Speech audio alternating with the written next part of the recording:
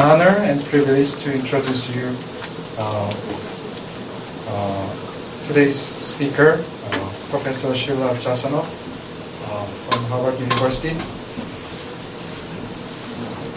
This is a special talk, and Professor Sheila Jasanoff is a Port-Simon Professor of Science and Technology Studies at Harvard University, John F. Kennedy School of Government. She has held academic positions at Cornell, Yale, Oxford, and Kyoto. At Cornell, she founded and chaired the Department of Science and Technology Studies. Her research concerns the role of science and technology in the law, politics, and public policy of modern democracies, with a particular focus on the construction of public reason in various cultural contexts. She has written and lectured widely on problems of environmental regulation, risk management, and biotechnology and bioethics in the United States, Europe, and India. Her books include The Fixed Branch, The Science Advisors as Policymakers, and Science at the Bar, Law, Science, and Technology in America, and Designs on Nature, Science and Democracy in Europe and the United States.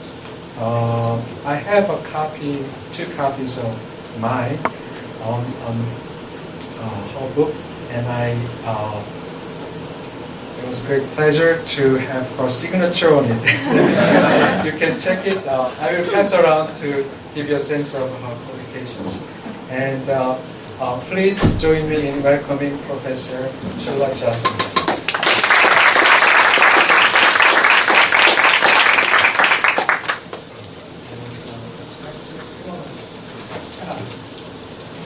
I think it's audible, but it's probably better.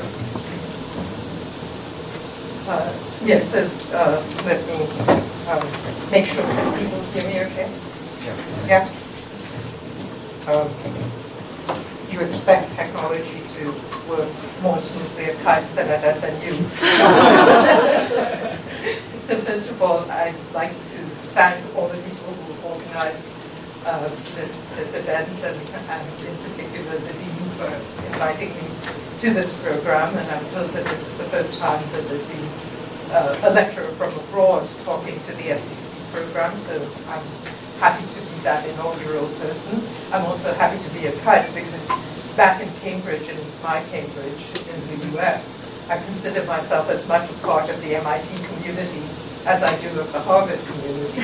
And those of you who are alert to the difference between cultures will recognize that that's a very big deal, because MIT and Harvard are supposed to be separated by a major cultural divide. But my bio is constantly out of date. I have actually been a visiting professor at MIT as well. And what's more to the point, my son is a faculty member at MIT, so I have very close ties to that institution. So I'm especially at home in a KAIST crowd, and I hope that what I have to say will be of some interest to you as well. So a couple of points, informal points to start with. When I moved from Cornell University to Harvard in 1998 and joined the Kennedy School, I had, of course, already written The Fifth Branch, but it was by then 8 years old. And I was told that informally, while they were discussing my appointment as a senior faculty member at Harvard, some people said, "Oh, but is she ever going to write anything again?" Now, you may know that Harvard has a bit of a problem hiring distinguished senior people who never do anything again. But I hope that I've falsified that negative prediction about what I was going to do.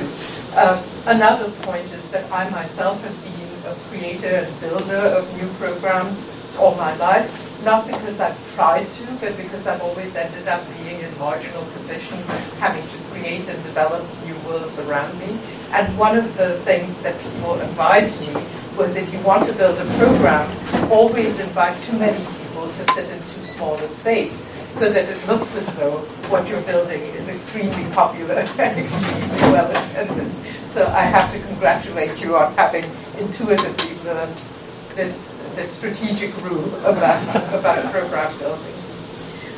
Okay, so Sun-Hyun Kim, my main host and colleague and co-author and former fellow in my program, briefed me very thoroughly about what I was supposed to do, to the point where I became completely confused about what really would be the best thing for me to do.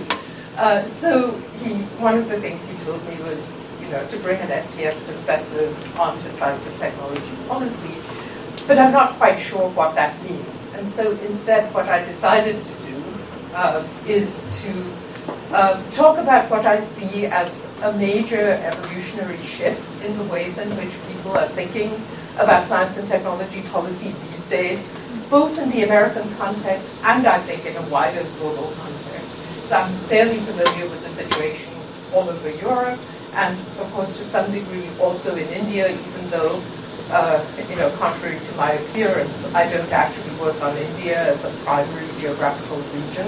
But nevertheless, of course, I know something of what's going on there, and I have enough contacts in East Asia to have some awareness that some of the issues that interest me are of global interest. So what I want to suggest is that science and technology policy has radically changed in the meanings that people associate with that term and that concept. And if we take that change of meaning on board, then the challenges of doing science and technology policy also look quite different here at the beginning of the 21st century from the way they looked in the middle of the 20th century, which is when historically science and technology policy became a concept sufficient to take on board as a separate area of policy making. So let me begin by giving you a little bit of a walk through what several major international organizations think of science as doing in society. And you'll be interested to see and know that really all over the world, I'd be very interested in knowing what the Korean equivalent to this sort of thing is. Regrettably, my cultural competence doesn't extend that far. But the professional societies that represent science go out of their way to say that science is always in the service of society.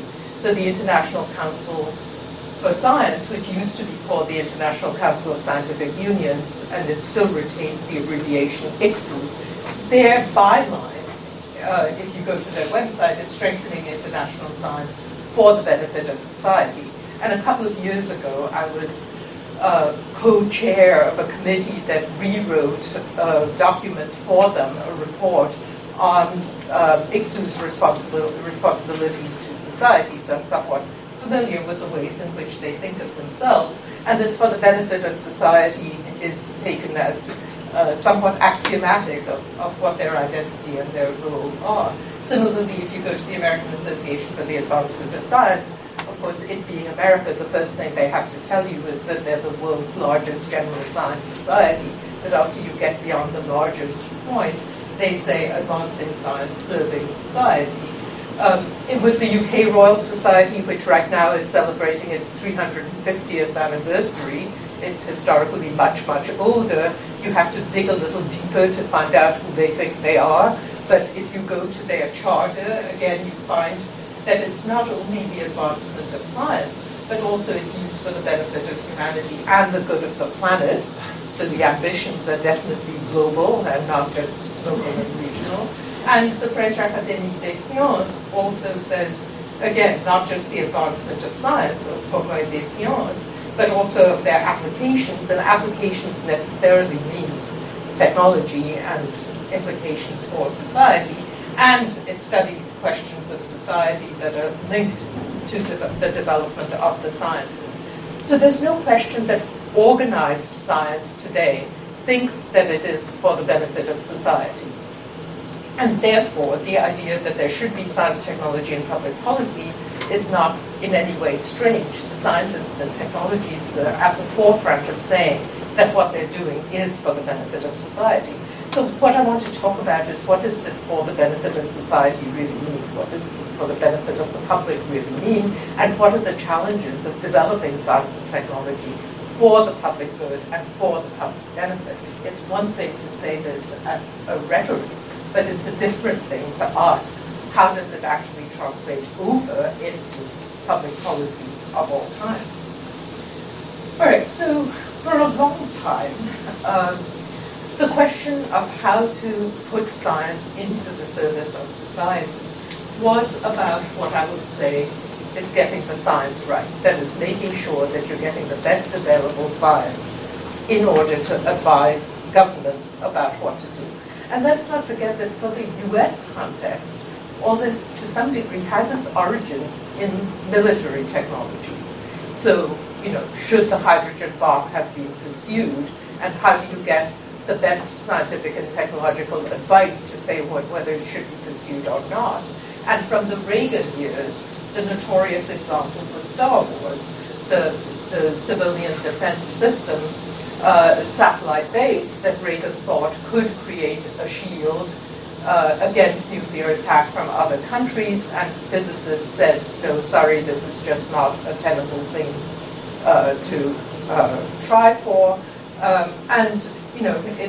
The idea of how to get the science right was, in fact, to take on these political promises and make sure that politicians were not over-promising or promising misleading things or false things. So serving society was about the input end, if you will, of the policy-making system. It was about getting those inputs as good as possible. And therefore, many programs and research programs dedicated to science, technology, and policy focused on issues that are closely linked to getting that input end correct. So what about having more scientific advisory committees? When I myself served on the board of directors of AAAS, the American Association for the Advancement of Science, one of the things that that association was terribly anxious to do was make sure that all of the major cabinet departments of the US government, and indeed all of the branches of the US government, would be equipped with scientific and technological advice. So a very specific goal was to get the State Department to appoint its first science advisor. And in fact, that effort, that campaign was successful during the Clinton administration. And today there is a science advisor in the State Department. Secondly, there was a lot of emphasis on peer review, because peer review is seen as the main guarantee of quality in science, and therefore public science, for the public benefit, should also have peer review, and so there was a lot of discussion about that. Thirdly, there was this intense focus on the public, which was felt not to understand science and technology well enough. So if you're trying to benefit society, and society doesn't get what you're trying to do, then obviously you should be communicating science and doing public understanding of science. And then in the George W. Bush administration, which in a way is notorious for its disregard of science and public policy, one of the things that people started pushing for was scientific measures of public policy efficacy. So that was also seen as a legitimate topic for science, technology, and policy. All right, now I think that the shift that I described to you is the result of a widespread perception that getting the science right is not the same as getting the right science. And when I say getting the right science, I mean not only which scientific disciplines should be represented here. That is a big challenge in and of itself. But also, are we pursuing the right courses in science and technology writ large? Are these the things that we should be developing instead of other things? So you will, of course, I think, agree that in societies that are trying to use science for the benefit of society, what society wants to have happen should play a major role in the direction of science and technology.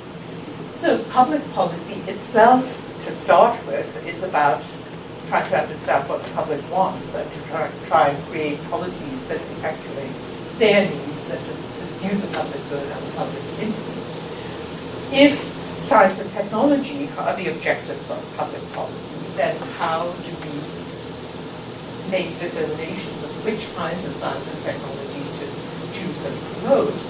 And this relates to both sides of the science, technology, and public policy problems. So on the production side, which kinds of technologies, which kinds of sciences to be furthered. But also on the input side, how do we decide which kinds of evidence and information we want to pull into the policy process.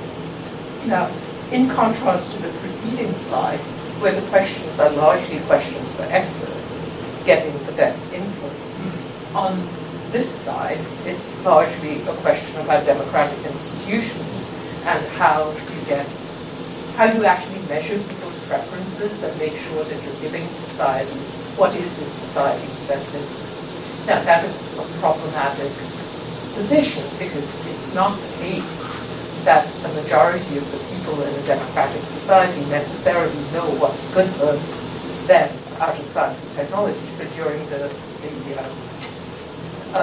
Ronald Reagan years, if you had polled the American public on whether they wanted a Star Wars system, they would obviously have said yes, because they say yes to most defense-related expenditures. And they wouldn't necessarily have known, whether it was feasible or not, whether it was desirable or not. So it isn't just a matter of polling people and getting the majority opinion. There's a much more difficult set of choices involved here. Well, so how in general do we go about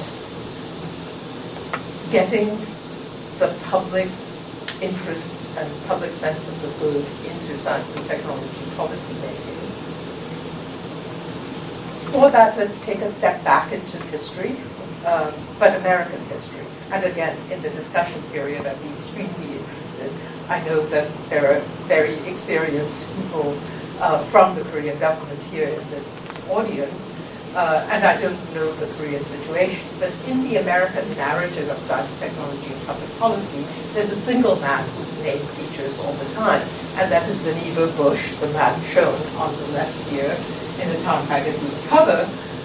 And he was an MIT professor who went and advised President Franklin D. Roosevelt. And during the war, he was de facto science advisor, though there wasn't such a position as yet, to the US federal government. So he oversaw things like the Manhattan Project and all of the complicated operations of technology-related developments during World War II. Towards the end of the war, FDR asked him to prepare a blueprint for what the federal government's role ought to be in science and technology policy following the end of the war. FDR never lived to see the document that was produced. I think in a way, it's interesting that the document's cover is the thing you see on the right. Science, the Endless Frontier. It looks more like the Endless Black Hole. But that was the document that is, in a way, the constitutional document for science and technology policy in the US. And the basic idea was very simple. The basic idea that Bush had was very simple. It was that what America is missing is large public investments in basic science. That America does technology very well. Stuff that's close up to application. America's good at that, has always been good at that. It's the country of Thomas Edison. But America has not been as good as particularly Germany in fostering the theoretical sciences, the basic sciences. The public good for Bush was the stuff that nobody would invest in because it didn't belong to anybody. It was ownerless. And in order to get a good, strong supply of that, you needed public funding at the outset. So his report basically said that America should make a major effort to invest in basic science. This is science that industry wouldn't fund and that commercial enterprises wouldn't fund. But from that reservoir of basic science, there would come lots of public benefits because the applications would, in a sense, take care of themselves. So this version is sort of canonical about what I said about getting the science right. It was focusing on the input end and thinking about how to strengthen the input end. So people have started calling what emerged the social contract for science or for innovation. And there were certain presumptions embedded in that social contract. So first of all, the idea was that the more money you spend on science, the better it is. So more science always means more innovation, and more innovation always means progress. And it means social welfare. So for Bush, this was an unproblematic transition. If you innovate in science, then you also innovate in technology, and you create more jobs, and you create more trained manpower, and you create more products that society wants. And so national governments obviously have this duty, but at the basic science end, there was no particular need for government structures, because, of course, basic science has been a model for how to be self-regulating. On the whole, in spite of the cases that we all know very well, science operates without too many instances of public fraud or public error, because it's seen as a largely self-correcting enterprise. So you didn't need to correct science at that basic science end. And if there are imperfections, then you can install mechanisms to deal with those imperfections as they arise. So myself, as somebody who's been funded by our National Science Foundation from the very beginning of my career, I can tell you that today the reporting requirements for the NSF are immensely much more rigorous than they were 30 years ago when I got my first research grant. So, for one thing, the computer has changed our lives, so you keep getting reminders all the time if you haven't submitted your annual reports and your interim reports on time. But just in the auditing process, it's just a much more rigorous thing than it used to be. The most recent little touch, I tell you this by way of anecdotal interest, it used to be that American faculty members in research universities are on technically 9-month contracts. We get paid for the whole 12 months, but the fiction is that we work for 9 months, and for the additional 3 months, many of you have worked in American research universities, so you know this, you can get additional money from grants and contracts to cover the other 3 months. It used to be that you could claim up between 2.5 to 3 months additional salary, but then NSF recently became aware of the fact that people were complaining that many faculty members were continuing to do certain normal academic things, like advising their PhD students during the summer months. And so how could you be working 100% on a federal grant if you're also supervising students, which should be your university's job? So starting last year, we suddenly have to pay between 3 and 5% of our summer earnings from government contracts from our own funds. So, so this is an example of the way in which the sort of contractual responsibilities are changing. But, that was seen as an imperfection in the contract, if you will. We're paying these people to be doing basic research for the public good. If they're not spending 100% of their time doing research for the public good, then they shouldn't be charging the federal government for this. So it's a continual tightening of the screws, if you will.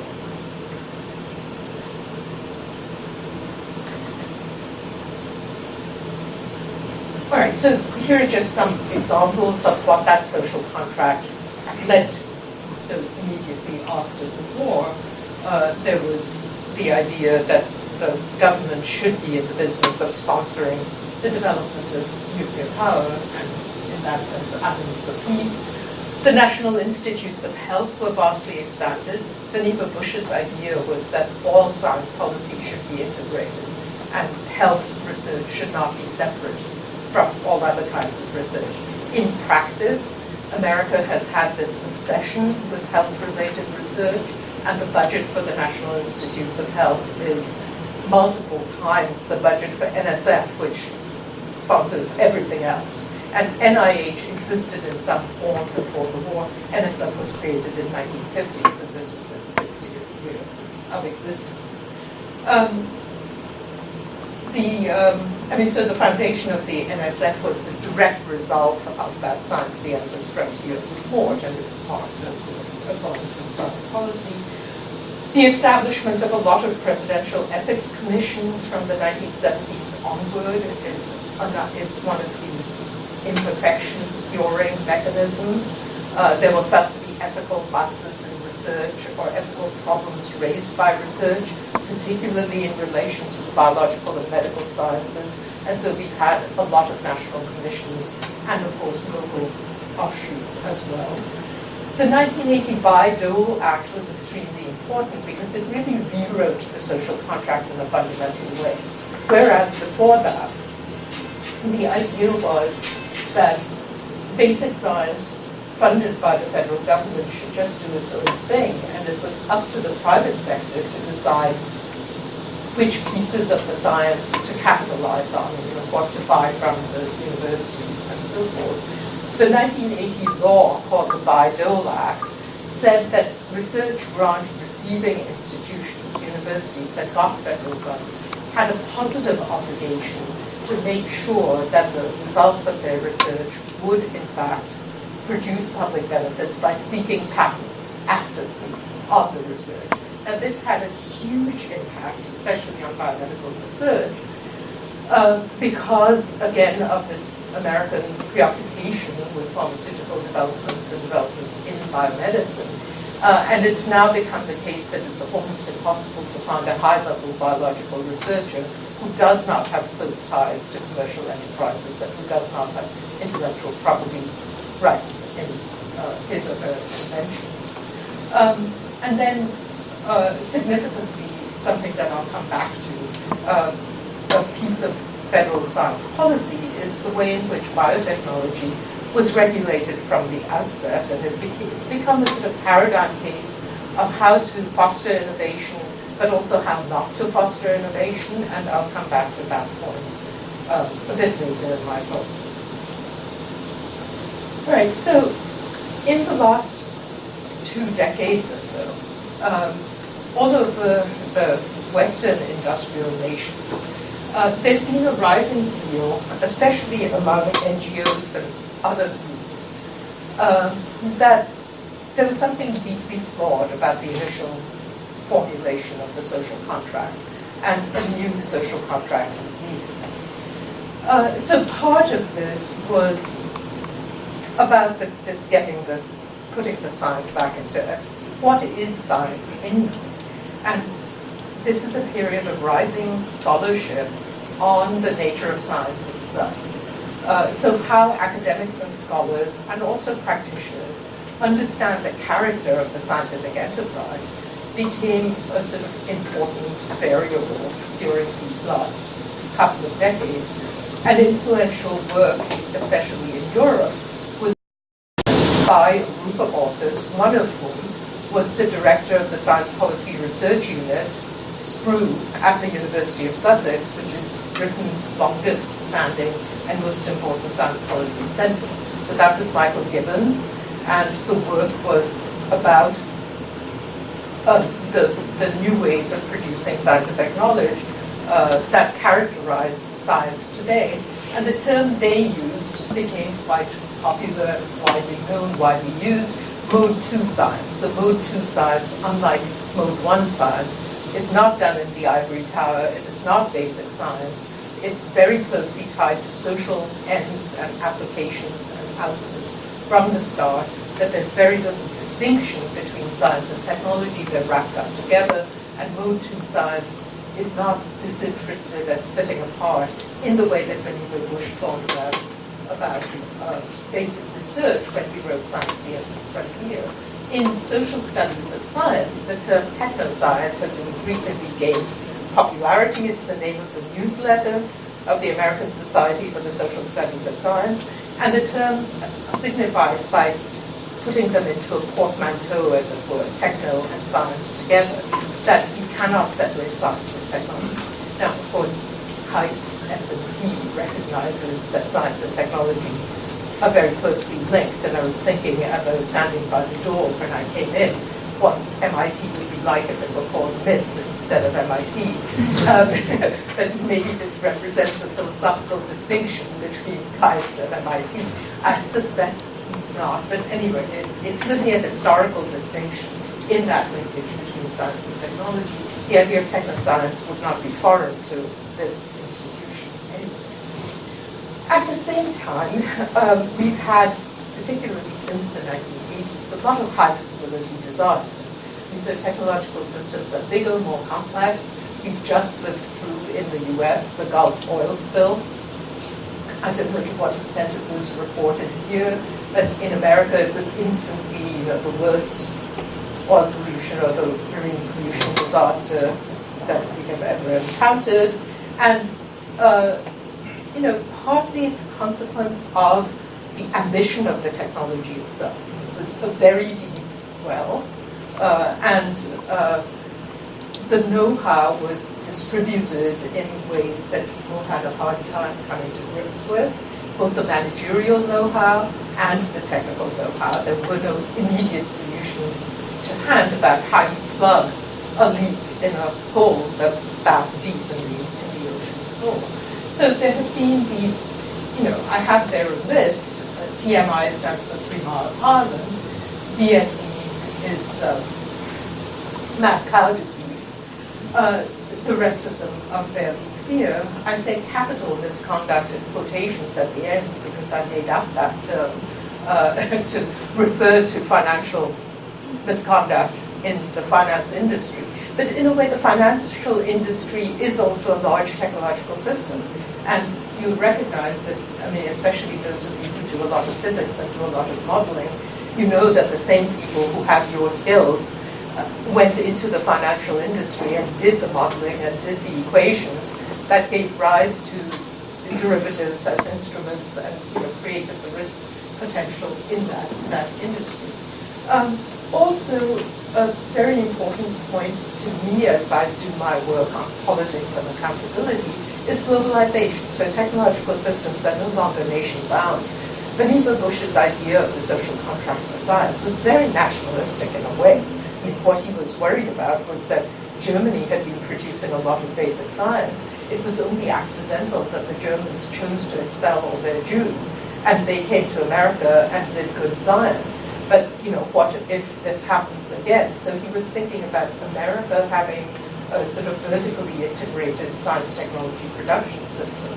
But today, of course, you can't operate in that with that sensibility. Nation states are not pillars any longer. They're integrated in all kinds of complex webs of innovation. And technologies themselves are not in silos anymore. So the whole idea of the convergent technology or convergent technological systems is a denial of the old idea of how to do science policy. And we've become aware that as all these complexities and interconnections have emerged, so too the uncertainties have grown more pervasive.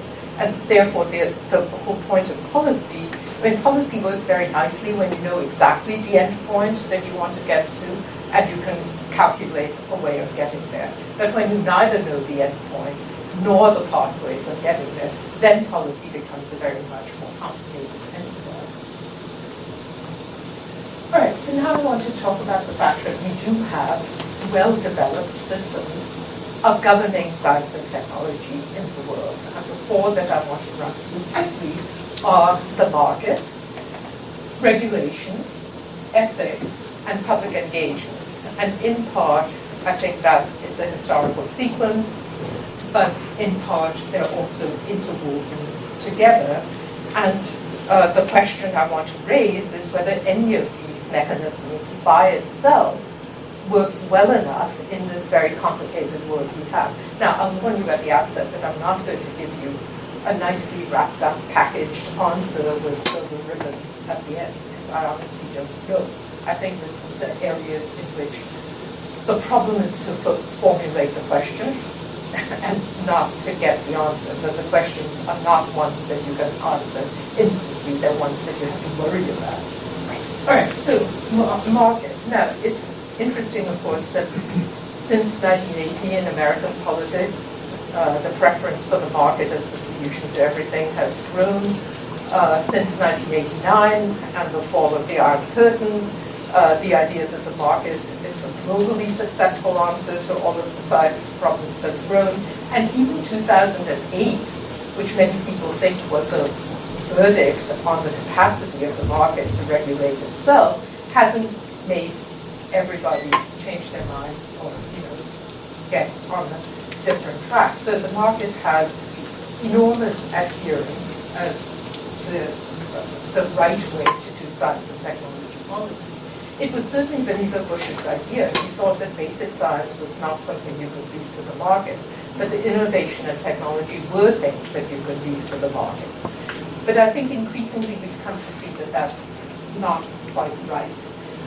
So one of the things markets do is that when there's a set of products on the table, markets are fairly good at telling you which products to get and which not, or which products people want and which not. I see, for instance, that you're passing two of my books around. If you go to Amazon.com and you go to Jasanoff and you look at those books, they will tell you that if you bought the fifth branch, you might also like Designs on Nature, right? So in that sense, there's a preference measuring thing out there, and the market is at once getting signals from you, but also trying to reshape you to get you to behave in a properly marketable way. But it's focused on the product. You know very little about me if you buy my book, right? I mean, you may know something I wrote 20 years ago, but you know, it's still a sort of deficient way of measuring the entire technological system to look only at the product. Important to me is that saying, well, people vote with their feet or they express their preferences suggests that people know their preferences. But in fact, with a lot of innovative technologies, we don't actually know our preferences. I mean, I didn't know how I would like the iPhone when we first got it 3 years ago. My husband likes it way more than me, and I'm convinced that there's a gender differential here, because my son and my husband use the iPhone in a radically different way from my daughter and me. So, you know, but maybe that gender difference is more in America than here. I don't know, or maybe it's in, you know, academic families and not others. My son likes it because it allows him instantly to have the right answer that he can use it in an argument. But be that as it may, I had no idea how I would react to the iPhone until I held it in my hands and did things with it. So how do people at Apple know the iPhone and preferences, and I, the consumer, don't know my preferences? So in a sense, the market is following the people who do know their preferences and not allowing for ambivalence. Moreover, the market prefers certain values over other values. So on the whole, the market favors efficiency, but intensity. I'm trained as a lawyer, and I think intensity also matters. So if in a democratic society, it's one thing to have shallow opinions that are widely held. It's a different opinion to have deeply held opinions. So for instance, today, if 90% of the American people say that, well, it's not 90, fortunately, but if 70% of the American people say, well, there shouldn't be a mosque near Ground Zero in Manhattan, but if 30% of the people feel very strongly that this is about the First Amendment, it's about religious freedom, it's about the principles on which the American Republic was built, should the intensity of that opinion be counted for more, or should the widespreadness of the other opinion be counted for more? The market will usually say it's efficiency rather than intensity. And the market favors change, and the market thrives on innovation.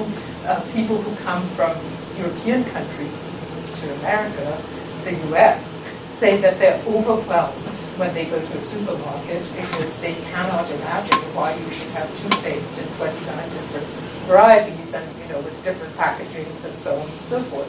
So, but, you know, we innovate in all kinds of directions. Whereas Europeans, as more collectivist societies, prefer to have social cohesion and forms of life that are more stable. And again, today, if you read the newspapers, you see that Germany is doing relatively well as one of these recovering economies. And one of the reasons given is that Germans, in their welfare policies, favored job retention and having employers retain their employees, instead of the US, which says sacrifice the employees and then let them scramble around, and that's where innovation will come from. But, you know, this is an ideological position. We favor change, they favor cohesion. And, you know, it's a tug of war between these things. Also, the market is very good at forgetting, you know, what its origins are. The most recent example I saw of the Edsel, which is the notorious failure of the Ford Motor Company, was a piece of artwork in Vietnam. And why do you think in Vietnam, in an art museum, they were focusing on the Edsel as a piece of art? I think they wanted to call America's attention to, or people's attention to American mistakes in a way that America does not itself like to acknowledge those. All right, so regulation. This I'll spend less time on because, in a sense, for especially the younger generation represented in this room, it's probably easier to see why regulation doesn't work than why the market doesn't work. But one of the big problems about regulation is that it presumes that somebody is capable of regulating and has the resources with which to regulate. But very often in the public sector, we don't give the regulators the resources and they don't have the capacity. So people were very annoyed when the Obama administration didn't instantly have the resources to figure out how to plug the Gulf oil spill. But of course, those resources weren't there, and it's worth asking why. Then there are all the problems of bureaucracies and inertia, tunnel vision. Capture is important that the regulator becomes like the regulated industry and is captured. But regulation, this is a less noticed point. Regulation also tends to enter very late in the pipeline and tends to follow this product focus that I talked about before. And also regulation is increasingly not suited to a globalizing world. So when Koreans erupt into the streets in Seoul saying we don't want American beef, there's a conflict of regulatory cultures going on. All right, so in the US, the tendency has been, and I think this is a really bad tendency, this is where I would put my opinions on the line, to say, well, wherever there's a problem, it's a problem of ethics. And so today we have the US government constantly investing in ethics. Whenever they fund science policy, they say, well, let's also do ethics. So there's nanoethics, there's neuroethics, there's anything you name it. There's an ethics, infoethics, whatever. So I think ethics is really problematic. For one thing, in a market-oriented society, people run to ethics because it actually favors individualistic values. It suggests that things are all about interfering with the individual human being. And so questions of unequal distribution are never considered by ethics committees or ethics groups. It's mostly about, are you impinging on somebody else's space? Is it an invasion of privacy? That has been a major concern. Is it about stigmatization? Is it about victimization? Is it about discrimination? But not about unequal distribution, unequal impacts across borders, and so on and so forth. It's also got very little overt tie into public policy. Many ethics committees operate in a legal shadow land. My own experience of serving on ethics committees and observing them is that there is a built-in bias that the positive way to go forward is to allow the thing to happen. So the job of ethics is to act as a one-way valve, but not a two-way valve. And I've been at meetings where people have said, wait, what's the last time that bioethicists actually stopped something from happening? And then people are silent because they can't think of a stoppage. Now, of course, they do revise, but they don't stop. And then one reason ethics is so popular is that you not only have ethics, but the ethicist. So it becomes an expert domain, and you can create a body of ethicists who then come in to ratify things. But if you're interested in democracy and public values, then it becomes a question: how do the ethics experts know what the public values are?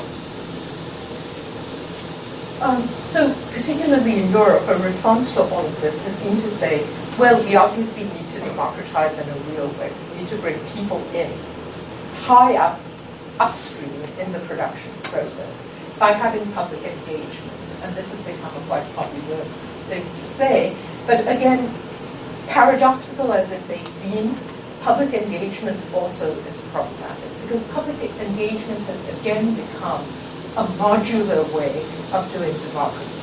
It's a thing you plug in at a particular stage in the process, and it's very formalistic, and it's unclear how it deals with the kinds of problems that I've already alluded to. So public engagement exercises, the ones you read about a lot in the public policy literature, like consensus conferences, much of the time they're one-shot experimental events, and it's very unclear who the people present are, in what ways they represent the publics in question, and you often hear too little too late. I would say that the problem with public engagement is that it's too little too soon. So the problems of ambivalence, the problems that you actually need to live with the technology and its evolution in order to get some sense of what the problems are, that is not reflected in public engagement. So in that sense, I don't think public engagement, as it is practiced these days, as a formal exercise of plugging the public in at a certain moment in the process, and then saying, oh, they ratified it, this is fine. I think that that's an inadequate form of democratization. So now I'll go through a few quick case studies just to show that this somewhat abstract way of talking is related to things that are going on in real life and in the world. So first of all, just to point out that in science, technology, and public policy writ large, especially on my side of the circuit, there are certain issues that very rarely get discussed. And so the military-industrial complex, if you read about it, it's a historical thing that Eisenhower once mentioned as a throwaway in a speech. How the military-industrial complex is related to the civilian technology policies and science policies is rarely discussed. And, nobody's following the streams of money. I mean, or very few people. So people do talk about dual-use technologies, but it's mainly from the standpoint of safety.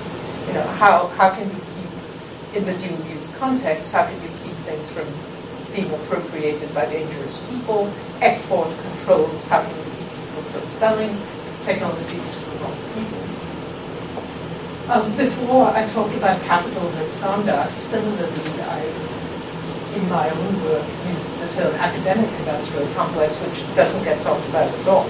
But a consequence of the Bayh-Dole Act, which I mentioned before, is that there is an academic-industrial complex today. So there isn't a comparable academic civil society complex. I mean, so we have public policies fostering the transmission of innovation in technical fields into industry and commercialization. We don't have similar ways of fostering, deep ethical reflection or deep legal scholarship into democratizing conversations with citizens. Somehow that's expected to take care of itself through natural processes of diffusion. The ethics, what people think about it, but not so much in a global context. But today, most major pharmaceutical concerns that are based in the West or the North are doing their research on populations that are based in the South or the East, not East Asia, but South Asia, certainly, and Africa. And so how ethics is discussed in relation to those kinds of transfers is not that clear. And technological imperialism, not a concept that's widely discussed at all. There are neutralizing terms like technology transfer, but not really getting into the heart. All right, so here are some cases then. So in American biotech policy, we see that the US, very early on, chose to say that the only problem of biotechnology as a new technology was that it was putting new products on the market. There was nothing different about the technology per se. All you needed to do was regulate the product. But these products were already regulated. So new crops, new animals, new food additives, et cetera, we already had laws in place for all of this. Therefore, the corollary, logical, inevitable, was we needed no new law for biotechnology.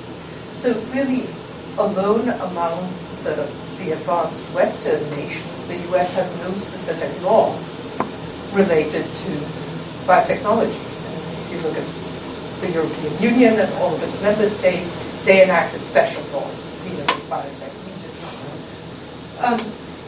No, this wouldn't matter if there were no consequences, but there are consequences because you can show case by case that the US neglected certain areas of risk analysis in favor of others. So, for instance, particularly with ag biotechnology, we were very relaxed about impacts on biodiversity and impacts on ecology, and you can show that the very heavy presence of molecular biology as opposed to ecology contributed to this imbalance in the kinds of issues that were considered. More troublingly, people can dislike technology for a bunch of reasons that have legitimacy as public reasons. So you can dislike it because it's harmful to your health and safety, but you can also dislike it for other reasons. So you can object to a cell phone because it's going to cause a brain tumor with repeated or constant use, starting at the age of, say, 10 and lasting through a lifetime, and we still don't know what the answers are there. Or you can object to a cell phone because it actually breaks into social life in important ways. You cannot go into a train car without having people talk loudly. You can't go into a restaurant without having people, people who are actually hosting you at a restaurant will be talking to somebody else on the cell phone instead of paying attention to you. I mean, you may actually find these sort of troublesome social developments. But our regulatory agencies only do health and safety. They don't do social concerns. And the bovine growth hormone thing is very interesting because people objected to the development of genetically modified bovine growth hormone because they said it affected the cattle, which is true. And they also said it affected the imbalance between large dairy farms and small dairy farms.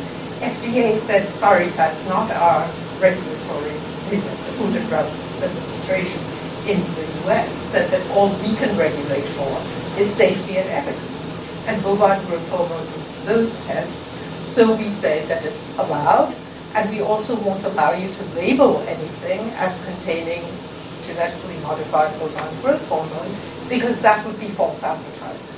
Because you'd be implying that there's something special or threatening about this product, but there's nothing special or threatening because all they're interested in is safety. So, although the technology contains a lot of built-in assumptions about what the risks are and who should regulate and so on and so forth, the US and the EU have disagreed on the relative merits of agricultural biotechnology, and the US took the EU to court in the World Trade Organization, but the position was defended on the grounds that it's sound science, even though there are values implicated in there all the way through. So this is one case that poses problems. As I warned you, I'm just going to quickly run through a few cases and show that there are problems, but I'm not going to say, bingo, here is the solution. All right, so golden rice. It's a very interesting case because it was a case showing that the biotech industry had become very sensitized to the problems like bovine growth hormone, and now they wanted to create new generation products that would be widely beneficial. And golden rice was one of these products. One of the chief proponents was a Swiss-born scientist who is full of integrity and wanted to do good for the world, identified a social problem, that is blindness caused by vitamin deficiency in large masses of malnourished people in the world. And so the idea was here was going to be a good public benefit product to develop for the world's poor. And lots of, it was a big consortium of university, industry, government that sponsored the development of golden rice. But what's the problem? The problem is, in part, that the people for whose benefit this was being developed had essentially no say in the research going forward. There was no place where they could have a say in the research going forward. And at least at the outset, nobody did all of those sort of physiological studies to show how much of the product you'd actually need to ingest to produce the vitamin A that would actually cure or prevent the blindness in question. So there were technical issues that didn't get raised, not just social issues. And the control of intellectual property, it turned out that they had to overcome something like 75 separate licenses in order to produce golden rice at all. So there's a whole patent thicket, intellectual property issue, set of issues that was underground here as well. Well, climate change, some of you have heard me talk about this, but I find this map quite interesting. It's a map as of the end of last year showing who had signed the Kyoto Protocol and who not. The green countries are signatories. Gray countries, if you can see them at all, are ones that haven't made up their minds. And red countries, or should I say red countries, are the ones that have not signed. Well, so the gray countries are interesting because, there you see Afghanistan, and you see Somalia, and you see Southern Sahara, which isn't even a real country. So, do we want to be in the gray country company? But then there's the red country. All right, so, a big issue for science and technology policy, and, the American argument has been that developing countries are not being held responsible, but then you might want to know why virtually every other country in the world chose to sign on anyway. There are lots of arguments about this, and we can get to this in discussion. I'm not saying that by any means that the Kyoto Protocol is an ideal instrument, or that other countries have lived up to their obligations either, but it's massively different not needing to sign on to an international agreement that everybody is accepting. But more interestingly, American policy has been governed by economic principles consistent with the view that the market is the solution. And it overrides certain very deeply held ethical views that people have, especially in what's called the global South, that there should not be equal responsibility because, after all, the carbon emissions problem has different historical origins and is involved in different ways. And there was an argument made that you should actually not treat all carbon as the same, that you should actually look at what kinds of activities it originates in. Now, we're perfectly capable of doing this in a tax system or in a trading system. We know how to stratify. But with carbon, we didn't. So there we were making an ethical choice to create a market based on the premise that all carbon emissions are the same. And similarly, we chose to say that it's the nation state that should count as the emitting unit and not the individual, because the per capita consumption obviously is highest in the US and very high in Canada and high in some other countries. But we're doing it by country so that China and India and Brazil and Indonesia come out higher relative to the US than they would have using the per capita calculation. And then last but not least important, very important to me is, again, where are these issues being debated? It's, do we have the forums in which these concerns are being raised and aired? And then this is the last one, and it may be of interest to some of you, but it's an interesting case because it's still emergent. Geoengineering is something that a lot of scientists and technologists around the world, disproportionately based, I think, so far in the Anglophone countries, Britain and the US, are favoring as a solution because they feel that the Kyoto Protocol and the Copenhagen discussions didn't work, and so they want to find a technological fix. But the technological fix would operate at a global level. It requires large-scale modification of the planet's systems, either the water system, the ocean system, or the air system, or both. And then, again, there's the question, where are these questions being debated?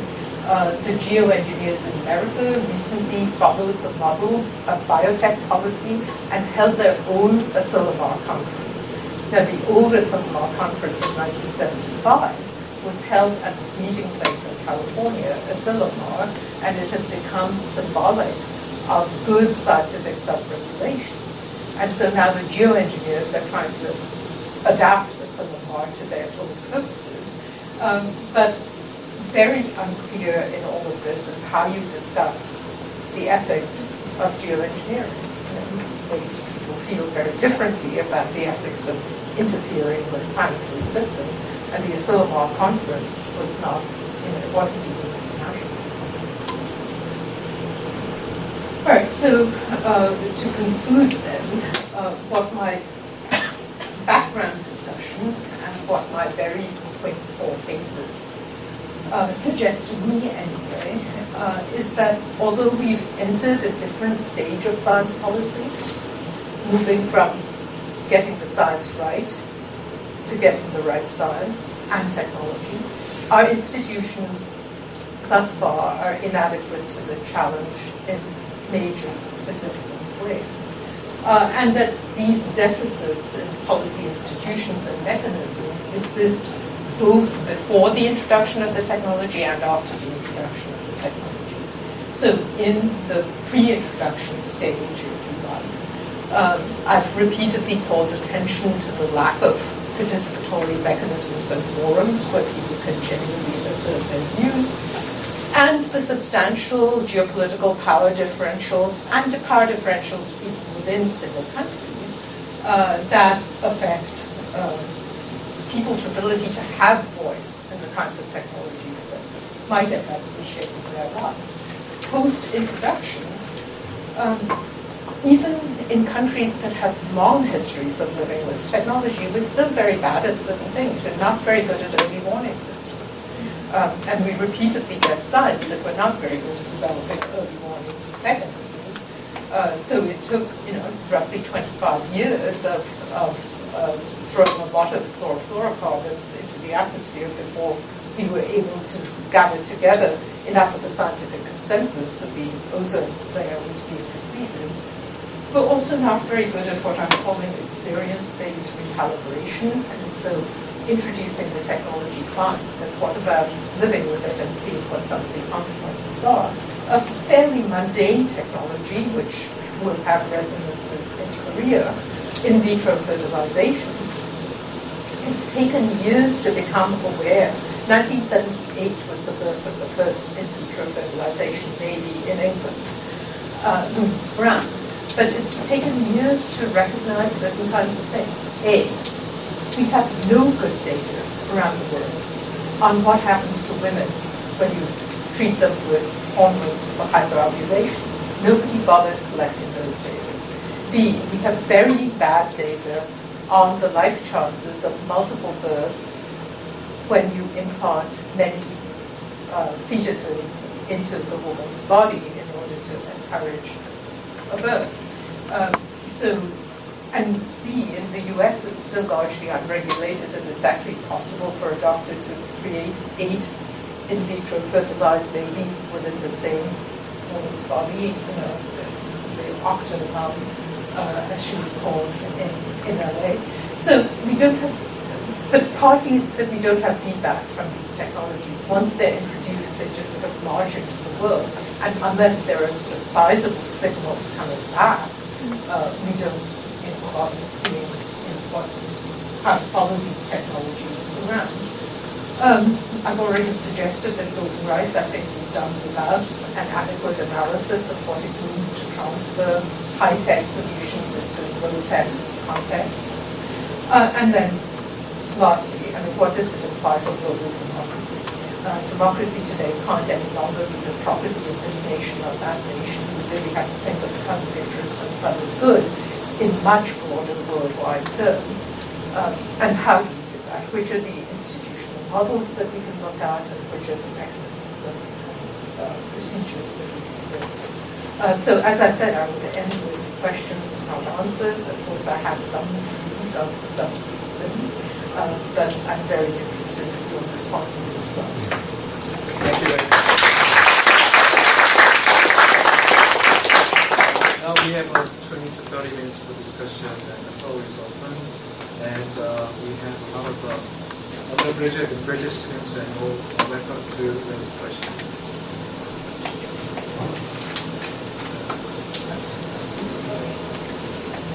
Maybe I can see first time. Maybe by stand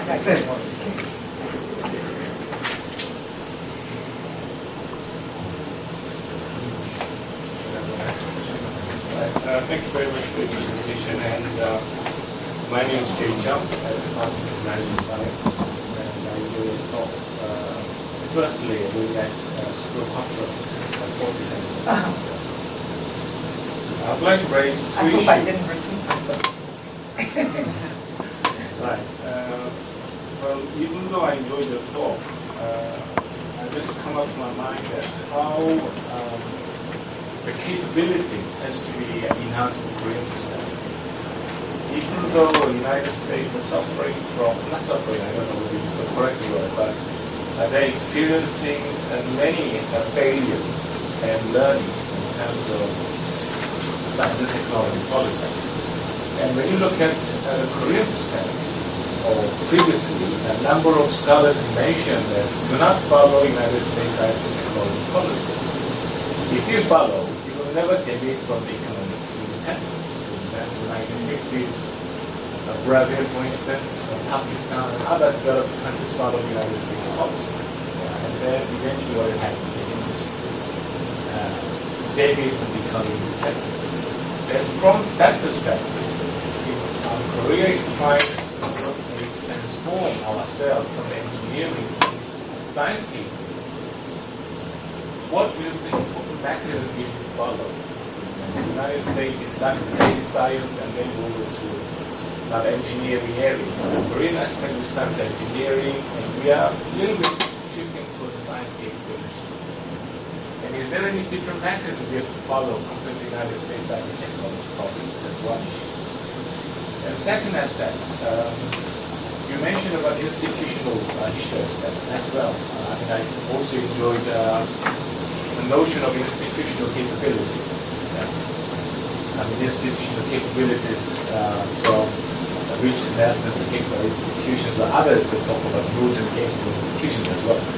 But I'm particularly interested in the Korean aspect. As we move on to more post-catch-up stage of science and economic development, the institutional capability becomes so vital and critical to sustain or to leap up for the next stage of science capability and engineering capability. And any mechanisms or any solution for the enhancing the institutional capability in your thought for science and technology? Well, of course, you're setting me a challenge that I cannot possibly meet because you said, can I say what would be good for Korea? And I couldn't presume to say that. But I will say a couple of things. One is that in relation to your first question, it's not clear to me at all that if you turn the historical path far enough back, that the characterization of the US as moving from a science policy to a technology policy and Korea is moving from a technology policy to a science policy is quite right. It may be true of Korea, but what I was suggesting about America is that it began with technology and then moved to science and now is redoing what it should be doing in technology. Because if you look at the US history from the foundation through the First World War and right into the Second World War, there always was a federal technology policy. It was relatively easy to identify elements of it. I taught for a long time at Cornell. It was the product of one of those major US governmental technology policies. It was the foundation of the land-grant universities. MIT is another of them. It's, in fact, Massachusetts land-grant university. So I think it was more that the science policy was carving out a place. And in 1945, you could say the US was facing exactly the kind of challenge that you're describing for Korea. But of course, we're talking about 60 years later, so there's a question of what one can learn from these evolutionary curves in other places that may have gone through something like that transition, if you will, at a different time.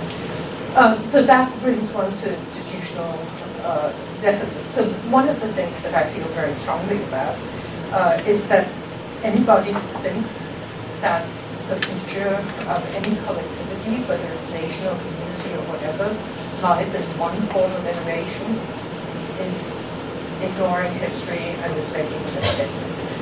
So a couple of years ago, a group of us who do science policy studies, STS studies related to science policy, wrote a report for the European Union called Taking European Knowledge Society Seriously. And one of the main messages that we gave is that knowledge is a far wider spectrum commodity than scientific and technological knowledge per se. And so, but this is, although it's a sort of obvious and taken for granted thing, it's surprising how often it's ignored in practice. I sometimes say to people, walk around the Harvard campus and look at the new buildings going on. What are these new buildings for?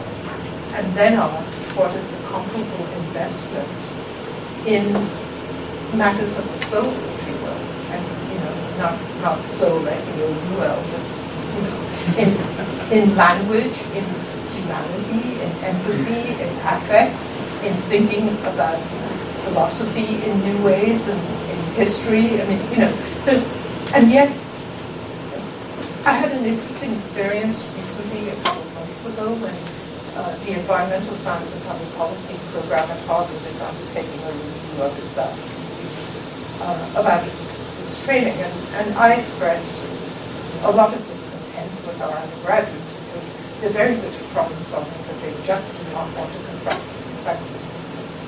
So anytime you give them something very difficult to think through, they say, oh, that's too philosophical or whatever. But one of my senior colleagues on that committee said, what you're describing is a problem we see in science and technology as well. That the science students are very good at immediate problem solving, but the imagination doesn't come from there. The imagination comes from a more sweeping sort of groundedness in other areas. And, I think that I would urge for any nation that sees its future as lying importantly to science and technology to look very seriously at the other engines of innovation that exist in society.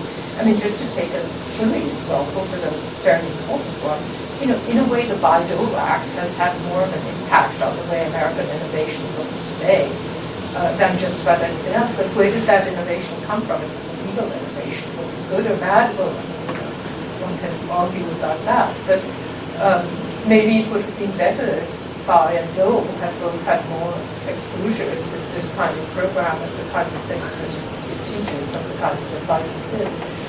So I think that for capacity, I think the word capacity needs to be looked at.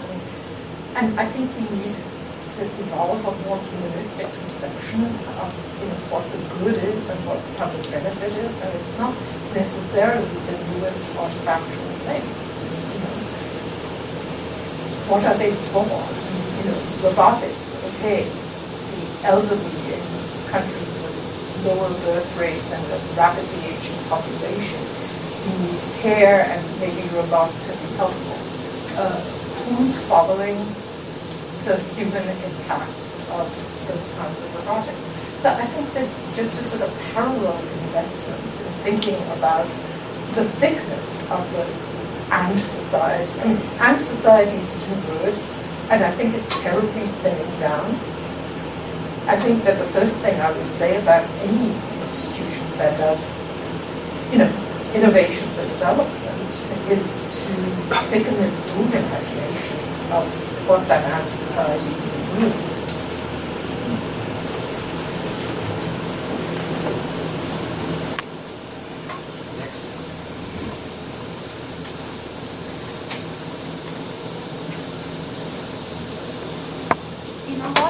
Your case studies, it seems like you had a lot of different factors. You have time scales associated with gathering the science and then checking and accepting the science, and time scales associated with political policy advising and decision making, and then social acceptance of both the science and the policy.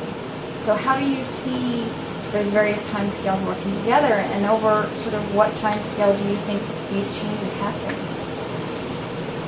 Well, infinite until we destroy ourselves is perhaps the answer to the last bit. But it's important that you point out the time scale problem, because in a way everything I was saying had a hidden variable of time going through it. No, I think that everybody in a self-respecting public policy program that I know goes away quickly knowing that the timescales of politics are very different from the timescales of policy, in that politicians answer to election cycles and policy works on other cycles, and that there's a mismatch there. But I think my point is partly deep-seated point from technology and society studies, which says it's a mistake to think of technology as a static term, but technology is always an entirely social and not just artifactual. And so technology is always a technological system, and therefore, by definition, it has temporality built into it because it's a certain dimension. Even the artifactual has a time scale built into it because of the obsolescence of the machine and the obsolescence of innovation. But certainly the societal dimension has time scales built into it. So one of the things I'm suggesting about institutional deficits is that we are not well geared up to taking temporality into account. So, again, examples are legion, but take one example. When we created our pharmaceutical policy, regulatory policy in the US, we treated drug approval as if it was a one-shot thing.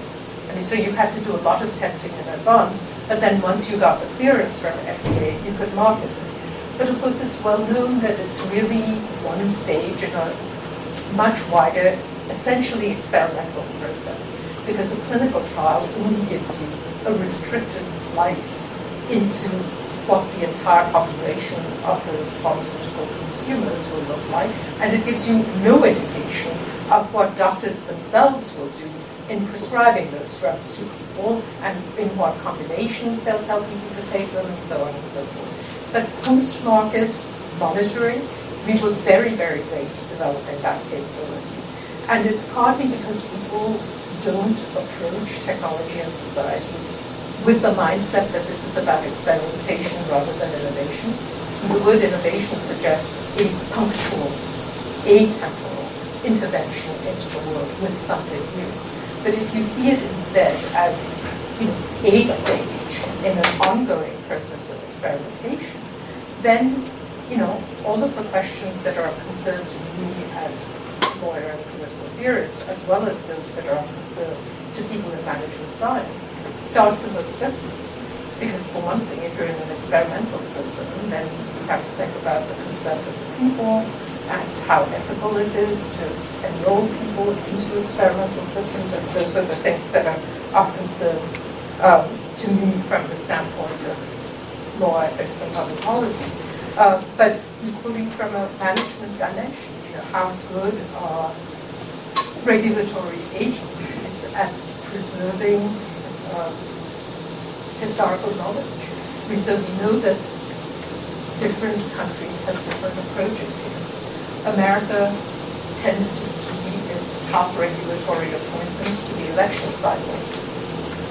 Britain tends to create a separation and say that the administrative duties of an agency would be done by civil servants who are somewhat insulated from politics. Germany goes even further in that direction. So, an institutional question, very nitty-gritty, is which cycles are your different management functions operating on? If you're operating a scientific research capability and you want people who have a lot of experience following the issue, maybe you need to insulate it very completely from politics, which we haven't done in the US. Even if you have a bureaucratic administrative function, maybe you need to insulate it more than we have, because if you take a major regulatory agency like the EPA or FDA in the US, it takes the president 3 months to a year to even staff the top positions. People come in, they're already thinking about the election cycle, and they're thinking about what can they do within the next little bit of time. They know they have maybe 12 months to set their stamp stylistically on what's going on.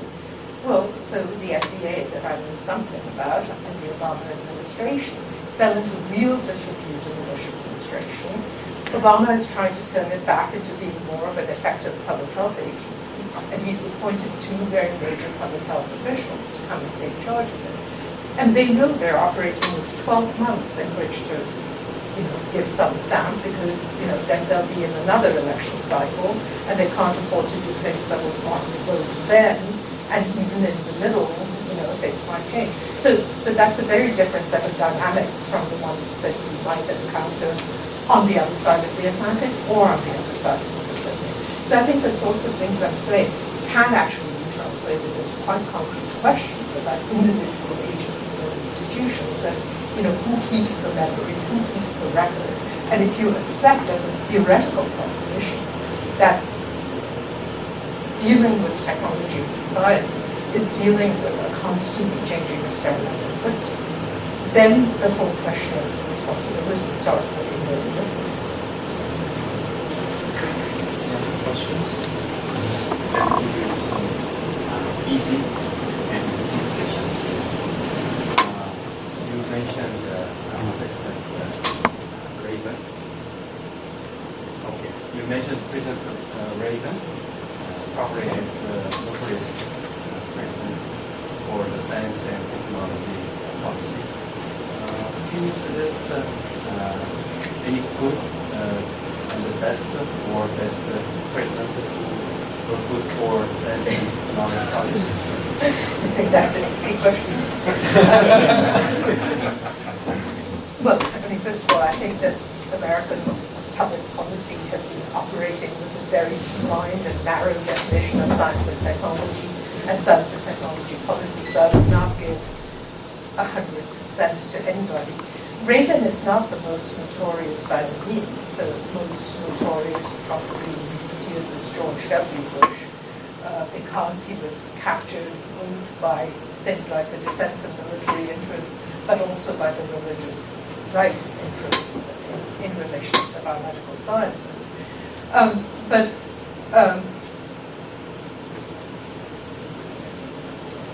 I think that Democratic presidents have been good on the whole in trying to get the integrity and quality of the science high in federal jobs. But is that enough? So look at Obama. Certainly the most educated, liberal, progressive man we've had in the White House, and in some ways more techno-happy or technologically oriented than Clinton. Clinton was a better sort of all-around politician. Obama is much more of a technocrat. So what about his economic team? You certainly couldn't say that there are better economists around by all the sort of standard indicators. What schools did they go to? Larry Summers did his bachelor's degree at MIT and his PhD at Harvard and was a Harvard faculty member and was a genius by the age of 40 and, was famous Harvard president and so on and so forth, right? So these are exceptionally high caliber people, but are they understanding the challenges of fitting technological decision making into government adequately? And my personal opinion is that Obama is working with a very strong hand in terms of the people he has. Stephen Chu, the whole East Coast academic elite applauded that a Nobel laureate physicist was being put in charge of the energy department. But in political terms, faced with something like the BP oil spill, which comes after Katrina, hits the same part of the world, you know that the public reporting is going to equate Katrina and the Gulf oil spill, though these are two completely different things. So shouldn't they have been capable of shielding Obama against the kinds of abuse, So where was Stephen Chu in those proceedings? He was not particularly effective. So I think the point to me is that it's a point that's ingrained into the STP of this program, I hope, and the fact that there are historians working side by side with sociologists and other people in this program, that to understand science and technology policy requires a dedicated attention to the and of technology and society, or science and technology, and so on. That it's not the case that by jacking up the quality of the science and technology, you automatically jack up the quality of the whole complex network. So I don't think I would give high marks to any recent US presidential regime, nor to any other one that I've studied exceptionally closely. I think some people get the sort of the flavor of their countries better. So the UK government, in responding to the mad cow crisis, did some things that took on UK anxieties in a quite responsible manner. How long they will stay by that, that's an open question. I think that some aspects of German policy, that they want to put a floor on the suffering, even if it means putting a ceiling on the gain, whereas we in America don't care, we'd like to widen both. I tend to prefer that myself. So the institutions in Germany that keep the floor from going too low should be looked at and should be examined. I mean, how did they come to those policies where belt tightening involves a little belt tightening for everybody and not selective belt tightening for the poor at the expense of the rich?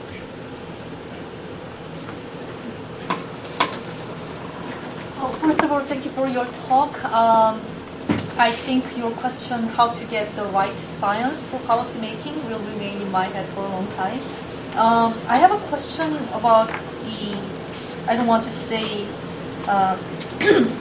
defects, but the insufficiency of how market regulation, ethicists, and public engagement work. And I absolutely agree that market regulation and ethics focusing on privatized concerns are not enough. I can agree to that.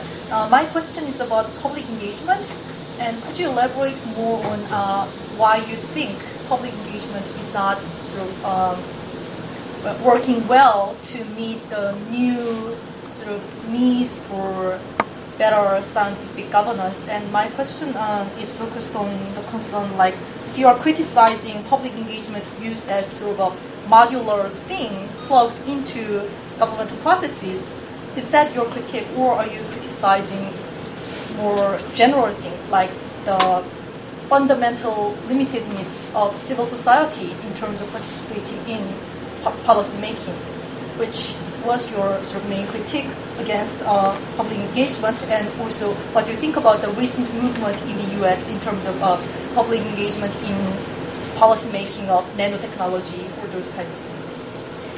Thank you. That's, of course, a very important question, and I should first make clear that I'm not saying that we can do without any of these mechanisms, right? It's more a matter of understanding them so as to calibrate their combinations. Right. So to some extent, I approach this public engagement thing with a degree of skepticism because I come from a country that has had historically more laws, regulations, procedures, and proceedings to allow public engagement, now not public engagement in quotes, but public engagement writ large, than any other. And I actually admire those aspects of American policy a lot. So for me, the 1946 Administrative Procedure Act in the US was a very important legal development. It said that no federal agency should make any regulatory policy without at least engaging in notice and comment, giving notice of what it was intending to do and receiving back comment. And subsequent legal decisions said, by the way, it's not just enough to do the empty shell of getting comments back. You actually have to respond to those comments, okay? So I think I think to the extent that any exercise promotes public reasoning, that it's an explanatory set of exercises by those in power about why they're doing things and what the alternatives are and why they rejected some alternatives in favor of others, that is a good thing.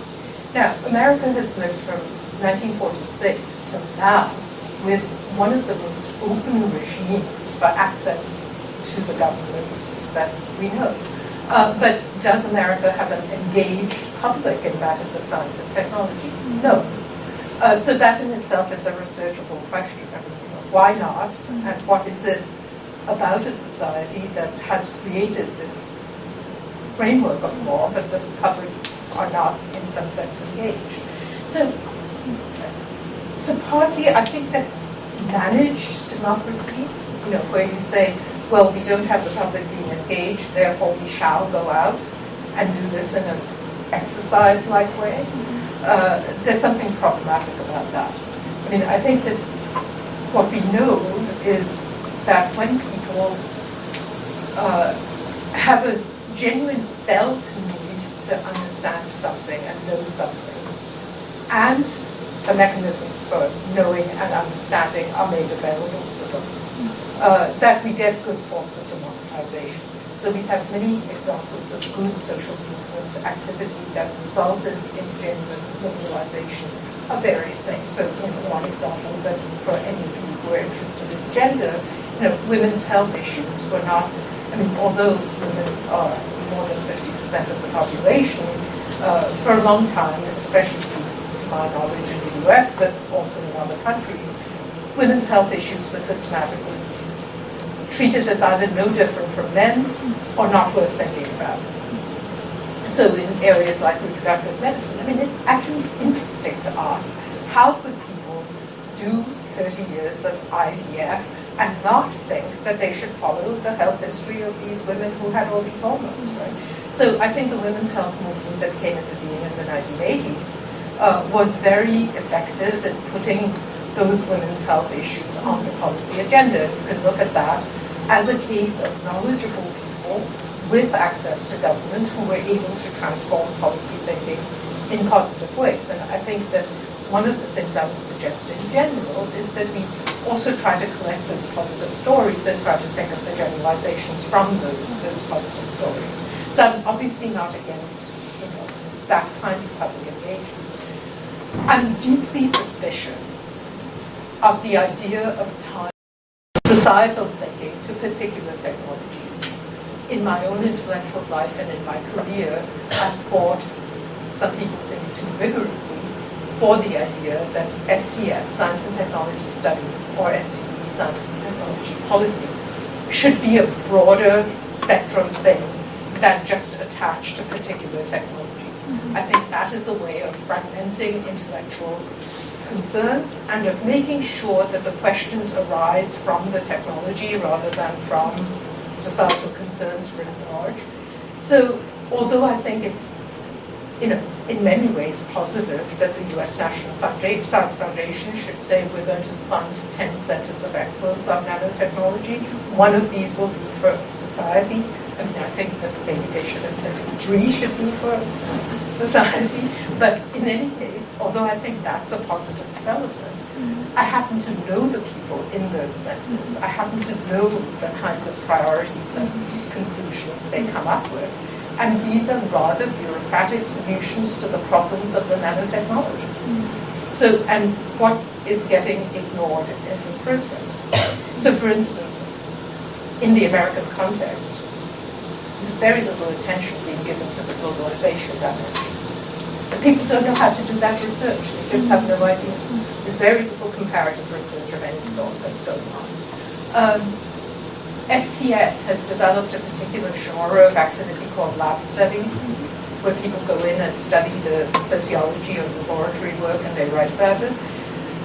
I happen to think that it's a very effective tool, it's a very effective research strategy, but it's not enough to get at the societal dimensions. So a lot of the work that's being sponsored by these centers is in effect lab studies. Scientists understand lab studies, in part because it actually leads to a glorification of the scientific enterprise. I mean, scientists think, and rightly so, that what they do is the most interesting stuff in the world. But I also think that what I do is the most interesting stuff in the world, right? But nobody's paying somebody to shadow me and figure out what my intellectual quality contributions, innovation, pioneering activities are like, right? So, but why not? I mean, mind you, I don't want anybody to do that. But the point is that it introduces a kind of systematic or systemic bias, if you will. So I think that for my mind, you need broad spectrum is really the right metaphor. You need to think about these issues not as add-ons. We have by now a roughly 20-year history of the LC program. How did it even come about? Jim Watson, one of the great minds of the 20th century, and an accidentally lucky great mind of the 20th century, so he decides, okay, 3% of the budget, it's not much, let's throw it to the ethicists. And so you get a lot of bioethics. It's a good thing because there are more people thinking about bioethics today than there were 20 years ago. But it's still telescoping down ethical sensibility and thought into the bio domain. And maybe that's not where it should be, because there are all kinds of other issues. I have a question related to methodology of study. In your presentation, I found that you are very sensitive to cultural differences of the countries, and also you are using very clearly examples from different cultures of different countries. And we are very much interested in Korean taste, other countries, but there is always some kind of problems or limitations to comparative studies. And so I'm just trying to get a sense of how you overcome that kind of problem while maintaining cultural specificity and cultural differences. A very troubling, in some ways, and interesting question. So, of course, what I was presenting was not a study. It was a walk through an guide. And lest anybody think that there was a single methodology behind it. It was more an attempt to distill some of the things I think for an audience that I hope was interested in some dimensions of it. But, of course, you're right that a lot of my work has been comparative. And when people have asked me why I do Germany, Britain, US, and India, I say it's because I've been long enough in each of these countries to understand what their recycling systems look like.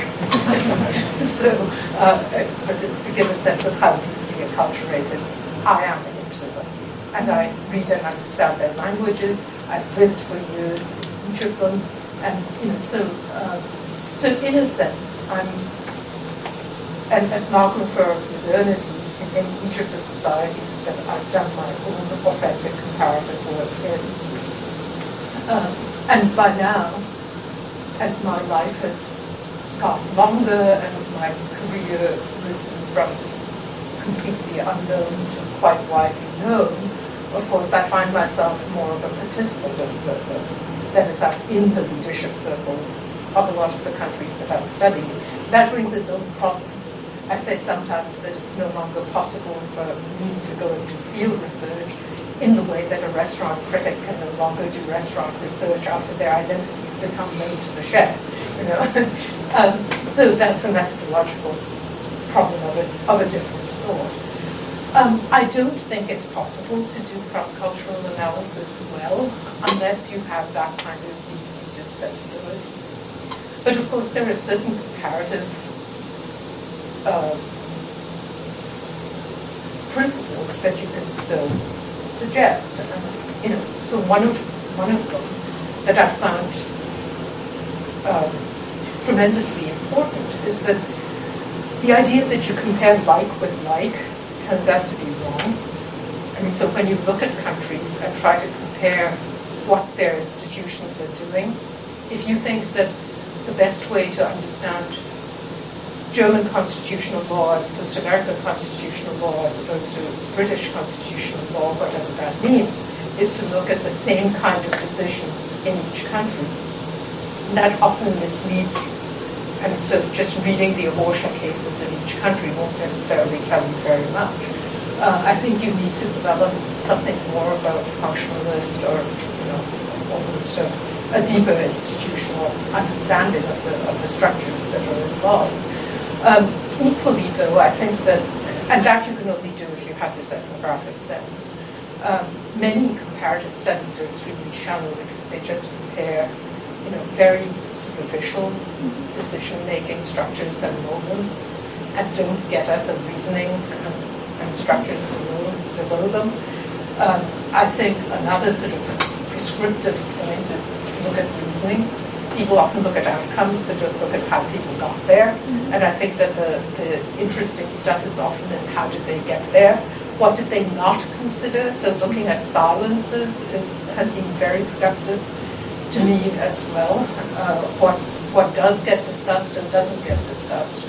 I didn't actually become alert to this till fairly recently in my own comparative work. So for instance, I didn't realize to what extent Britain didn't have a functioning women's movement around issues of biomedicine, whereas it's very pronounced in America and Germany, very pronounced in India as well. So sometimes looking at comparison with an ear open to what are they talking about that we're not talking about, or vice versa, is very productive, even if you don't understand the cultures extremely well. And of course, I should say that with regard to Korea, I'm trying to overcome my own methodological hesitation to tread into comparisons where I don't know the culture by actually having a collaboration with Sangyun Kim. And it's the first time, I said jokingly in your office that I don't have that many co-authors, and it's true. So this is still an experiment to see whether through very good communication with a colleague whose worldview you understand, can you build up the communication and the trust to do the kind of deep comparison without yourself having to know everything. But the second time is very important. It's a deep project. And any other questions? First of all, thank you for your insightful presentation. And today you introduced several modes of governance, and which is not perfect at all for long. And today I thought that each of governance seems like a very rigid and complicated structure for its own. And also that seems like they are integrating to make more complicated rigid system for making science and technology policy. And I thought that I wonder where is even a tip of point where science and technology studies inside can contribute to make science and technology policy. Because as I already mentioned, that each of governance systems are becoming more complicated. And I thought that, well, is it enough just to give resonance with the insight of SPS to make science and technology policy? Is it enough? Or is there any specific way of contributing to the science and technology policy making? As a science and technology studies scholar, I was just wondering about that. Yeah, well, it's a very difficult question, but then even the easy questions were difficult. So, I mean, science and technology studies is a field, it's a whole way of thinking. It's not one thing. So to say, I mean, now translate. Is there a specific way that economics can make public policy better? What would you say? You know, are we talking microeconomics or macroeconomics? Which policy are we talking about? Are we talking about poverty? If so, are we talking about global poverty? Are we talking about national poverty? And if so, in which country? How are we defining poverty? I mean, anyway, so I think that STS as a very broad, inclusive field, which has a range of insights, does have some, you know, upper level general insights that I think would be helpful for all science and technology managers to absorb. So one of those is ask about where your framings are coming from. How did you get to the policy frame that you think is the correct policy frame? Since STS, among other things, is always saying that to get to a sort of stable understanding of the world, you had to make some choices about how to narrow in to that particular framing. And especially since good policy thinking can often mean thinking outside a box. So, but saying outside the box is a kind of careless solution, because you sort of understand what's in the box, but how do you understand what's outside the box? I mean, think of it as a metaphor of a person who, the box is your own culture and your own country and your own language. If you're thrown outside the box into a completely unfamiliar system of language and culture, you can't think very well at all. You actually need to learn a way of feeling your way through the outside the box in order to see what to bring back into the box, right? So I think that at that sort of level of generalization, if I really sat down to work through it with you, I could probably create a 10 commandments of STS that any STP analyst should frame and have on their door. Like, you know, risk assessment involves judgment as well as risk management, and it's not all about science. I mean, you know, so one could come up with things like that. But I think that on the specificity point, how you can go about improving a particular policy arena often depends on knowing the exact things that are going on there. And So for instance, much public policy is based on tacit or explicit models.